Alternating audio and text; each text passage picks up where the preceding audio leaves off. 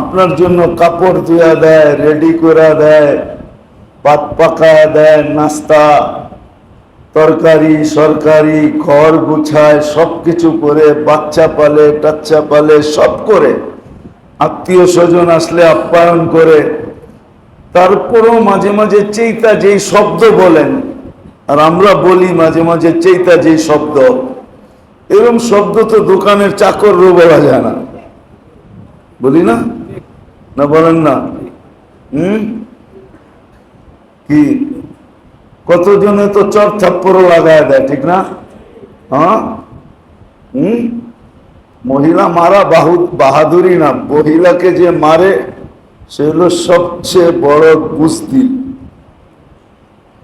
মহিলার উপরে যে হাত উঠায় এলো সবচেয়ে বড় কি দিল ছোট বুজদিল, দুর্বল মনা মানুষ।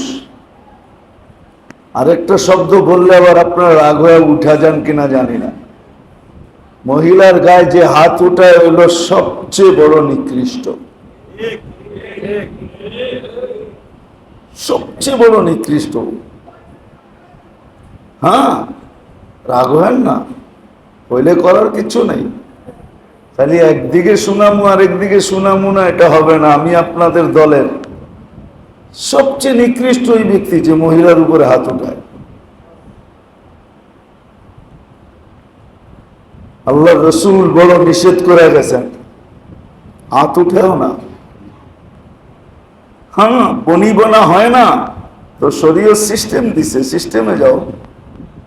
শরীয়তকে জিজ্ঞাসা করো আমি কি করব, তখন শরীয়ত রাস্তা দেখাবে, ওই রাস্তায় গেলে অসুবিধা হবে না। এখন সব অসুবিধা উল্টা রাস্তায় হাঁটার কারণে, উল্টা গঙ্গা বাহানের কারণে, বাতাসের উল্টা দিকে পাল তোলার কারণে।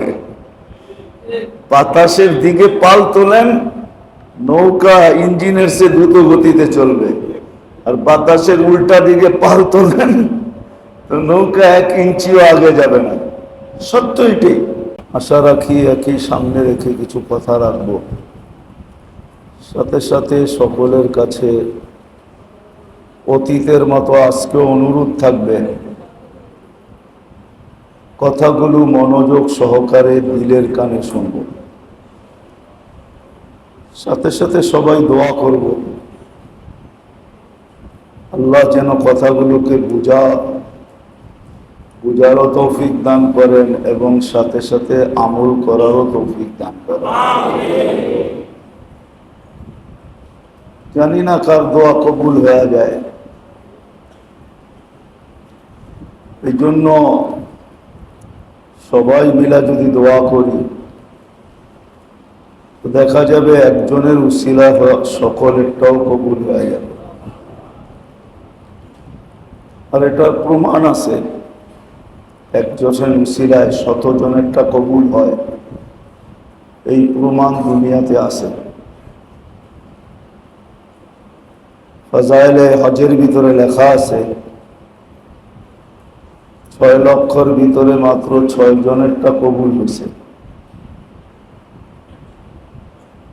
আর এই 6 জনের উসিলায় আল্লাহ 6 লক্ষের হজও কবুল করছেন। সত্য এটাই। এই জন্যই মনে হয় আল্লাহওয়ালারা লিখতে বাধ্য হয়েছেন যে রহমতে হক বাহানা নিজুয়াত। আল্লাহর রহমত মানুষের দিকে দাবিত হওয়ার জন্য আল্লাহ শুধু বাহানা দেখেন, বাহানা দেখেন রহমত দাবিত হওয়ার জন্য বন্দার দিকে, অন্য কিছু দেখেন না। বাহানার প্রসিদ্ধ ওই কথা তো প্রচলিত, অধিকাংশ মানুষই জানে যে আবু বকর সিদ্দিক রাদিয়াল্লাহু তাআলা আনহু জিজ্ঞাসা করছিলেন, ইয়া রাসূলুল্লাহ, চোখে যদি পানি না আসে কি করব? কিন্তু ওনার এটা জিজ্ঞাসা করার প্রয়োজন ছিল না। সাহাবাদের ভিতরে ওনার উপাধি ছিল বাক্কা, কাসীরুল বুকা। উনি সারাদিন কাঁদতেন। জন্য সর্বশেষ যখন আল্লাহ রসুল হুকুম দেন ইমামতি করার জন্য, তো আয়েশা রাদিয়াল্লাহু তাআলা আনহা বলছিলেন, ইয়া রাসূলুল্লাহ, আমার আব্বা দিল নরম, অনেক কাঁদেন, আপনার জায়গায় যদি দাঁড়ায় তো আপনার শূন্যতা মনে করে এত কাঁদবে, মানুষের নামাজ তো দূরের কথা, নিজেরটা হয় কিনা সন্দেহ আছে, নিজেরটা পড়তে পারেন কিনা এটাও সন্দেহ আছে, মানুষেরটা পড়াবে তো দূরের কথা। বিদায় ওমর রাদিয়াল্লাহু তাআলা আনহুকে বলেন যে উনি যেন পড়ায় দেয়। তো ওনার এই কথা জিজ্ঞাসা করার দরকার ছিল না যে কান্না না আসলে কি করব। উনি তো সারাদিনই কাঁদেন, ঠিক না? কিন্তু উনি ওনার জন্য জিজ্ঞাসা করেন না, আমাদের জন্য জিজ্ঞাসা করছেন, নাইলে আমরা এই সমাধান কোনোদিন পাইতাম না। উনি উম্মতের উপরে ইহসান করে গেছেন, বড় ইহসান করছেন, যে কান্নার ভান। অনেক সময় মানুষ বলে না, কান্না তো আসে না, নাটক করস কেন, ঠিক না? বুঝার জন্য বললাম আর কি। মানে কান্নার বান্ধবীরা কি করে, এটা আমাদের বাংলা শব্দে নাটক বলে আর কি। হ্যাঁ, আল্লাহ তো জানে যে কান্না আসে না, ভান ধরতেছে, ঠিক না? কি মানুষ যদিও দূরের থেকে ভাববে খুব কাঁদতেছে, আসলে কান্না আসে না, ভান ধরতেছে। আল্লাহ রসুল জবাব দিছেন যে কান্না না আসলেও ভান ধরলেও চলবে, এটাই কান্না বইলা লেখা হবে। তাহলে একটা হাদিস বুঝে আসলো, বলতেছি ধ্যান দিয়া শুনেন, কাজে লাগবে। হাদিসে আছে, মাছির মাথার পরিমাণ পানি যার চোখ দিয়া প্রবাহিত হয়, ওই চক্ষু জাহান্নামের উপরে যাওয়া হারাম। হ্যাঁ, কিন্তু আমার তো পানি আসে না, এখন ধরতে বলছেন ভান, ঠিক না? ভান বোঝেন তো? এটারে সুন্দর বাংলা কি বলে? হ্যাঁ, নকল। ভানের নকল কর, কান্দান নকল করা, ঠিক না? তাহলে বুঝা গেল এখানে ইঙ্গিত আছে, আমি যদি নকল করার মতো করতে পারি আর পানি নাও আসে, তাইলেও মনে হয় এই চক্ষু জাহান্নামের উপরে হারাম হবে, পানি আসছে এটাই লেখা হবে। এই জন্য মনে মনে সবাই দোয়া করব, আল্লাহ যেন কথাগুলা দিলের ভিতরে গাইতেও দেন আর বুঝায়ও দেন, আবার আমল করার তৌফিকও দেন। এটা পাওয়া গেলে মনে হয় বিরাট বড় একটা পাওনা পাওয়া যাওয়া হবে। কেননা মেরে দোস্ত, প্রত্যেক মানুষেরই কিছু না কিছু দাবি দেওয়া থাকে। বাপের কিছু দাবি থাকে সন্তানের কাছে, সন্তানের কিছু দাবি থাকে কি বাবার কাছে, বাপের দাবি থাকে সন্তানের কাছে, সন্তানের দাবি থাকে বাপের কাছে, স্বামীর দাবি থাকে স্ত্রীর কাছে, আবার স্ত্রীরও কিছু দাবি দাবা থাকে স্বামীর কাছে। কিছু না, অনেক থাকে, ঠিক না? আবার দেখা যায় ভাইয়ের কিছু দাবি থাকে ভাইয়ের কাছে, বোনের কিছু দাবি থাকে ভাই বোনের কাছে, প্রতিবেশীরও কিছু দাবি থাকে। আমাদের সমাজে এটাই সত্য যে কিছু দাবি দাবা প্রত্যেকের আছে, না নাই? হ্যাঁ, যদি আমাদের দাবি দাবা থাকতে পারে, তাহলে যে আল্লাহ আমাকে অস্তিত্ব দিল, আপনাকে অস্তিত্ব দিল, ওই আল্লাহর কোনো দাবি দাবা নেই? হ্যাঁ, এটা বুঝে আসে? যদি এটা বুঝে আসে, তাহলে আপনি বিবেক দিয়া ভাবেন যে আল্লাহর যদি দাবি দেওয়া থাকতে পারে আর আপনি বলতেছেন আছে, তাহলে আমি মানি না, তো মানি না কি করে? কিভাবে মানি না? আল্লাহর দাবি দাবা জানিও না, আবার মানিও না। কতটুকু আল্লাহর দাবি দাবা মানি?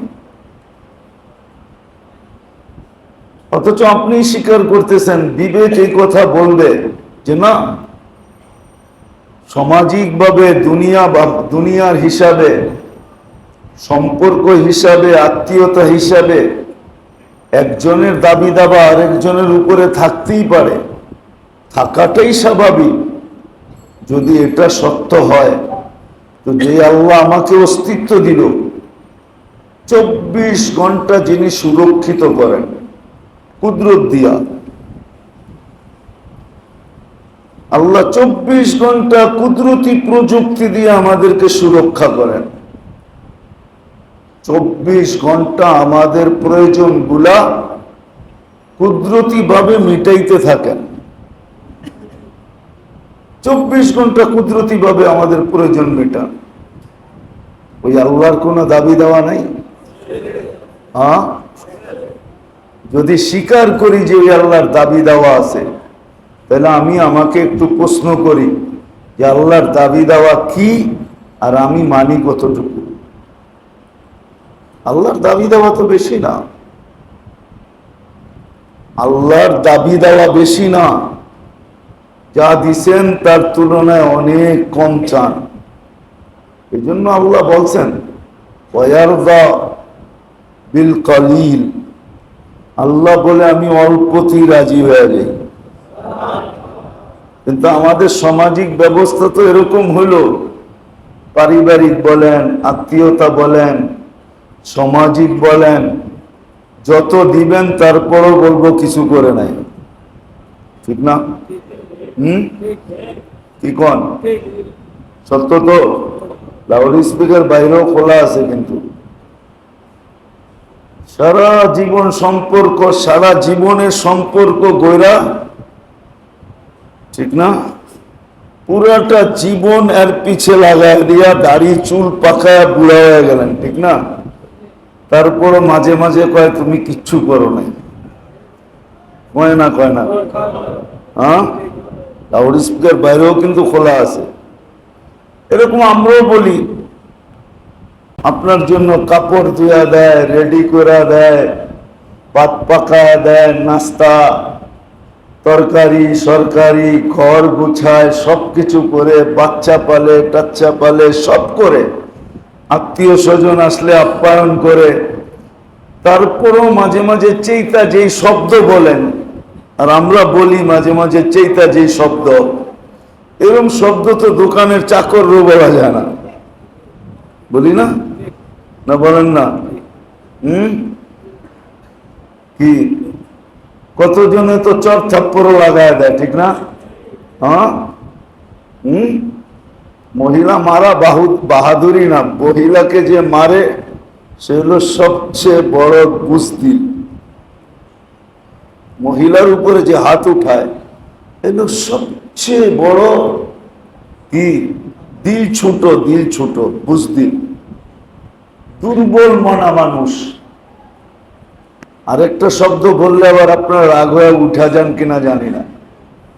মহিলার গায়ে যে হাত উঠায় হইল সবচেয়ে বড় নিকৃষ্ট, সবচেয়ে বড় নিকৃষ্ট। হ্যাঁ, রাগ হয় না, হইলে করার কিছু নেই। খালি একদিকে শুনামু আর একদিকে শুনামু না, এটা হবে না। আমি আপনাদের দলের সবচেয়ে নিকৃষ্ট ওই ব্যক্তি যে মহিলার উপরে হাত উঠায়। আল্লাহ রসুল বড় নিষেধ করে গেছেন, হাত উঠেও না। হ্যাঁ, বনিবনা হয় না তো শরীয়ত সিস্টেম দিছে, সিস্টেমে যাও, শরীয়তকে জিজ্ঞাসা করো আমি কি করব, তখন শরীয়ত রাস্তা দেখাবে, ওই রাস্তায় গেলে অসুবিধা হবে না। এখন সব অসুবিধা উল্টা রাস্তায় হাঁটার কারণে, উল্টা গঙ্গা বাহানের কারণে, বাতাসের উল্টা দিকে পাল তোলার কারণে। বাতাসের দিকে পাল তোলেন, নৌকা ইঞ্জিনের চেয়ে দ্রুত গতিতে চলবে, আর বাতাসের উল্টা দিকে পাল তোলেন তো নৌকা 1 ইঞ্চিও আগে যাবে না। সত্য এটাই। তো যেটা বুঝাইতেছিলাম, আল্লাহ করুক বুঝে আসুক আমাদের, আল্লাহ করুক বুঝে আসুক, যেটা বুঝাইতেছিলাম ওটা বুঝে আসুক।